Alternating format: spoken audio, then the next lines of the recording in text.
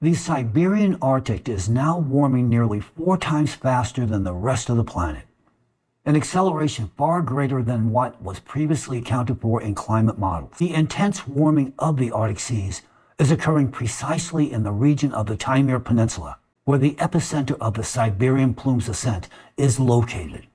This warming is driven by the fact that the oceanic crust in this area is thinner and conducts heat more effectively, while seawater has a higher heat capacity than the atmosphere. As a result, ocean water absorbs and retains heat from the rising magma plume far more effectively, even though the plume itself is ascending beneath the continental crust and at a relative distance from the shoreline. Now you can understand, during this 24,000-year cycle of intensified cataclysms, at a time when the ocean has lost its thermal conductivity due to contamination with micro and nanoplastics, the Siberian magma plume has become active. Because of this, the ocean, already being heated from the Earth's molten interior, is now receiving additional heat from the warming Arctic seas. This amplifies the heating of the entire geodynamic system. The mantle, unable to cool, continues to melt more rapidly.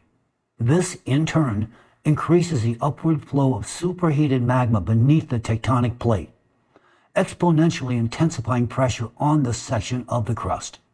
The situation is further aggravated by catastrophic gas release, resulting from complex physico-chemical reactions between the incandescent magma and the overlying plate.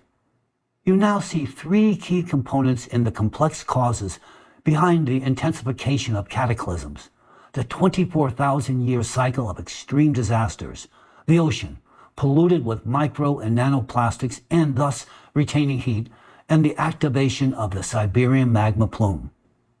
The final component that must be addressed is the absence of operational experimental equipment designed to mitigate such disasters, something I have spoken about in several of my previous addresses.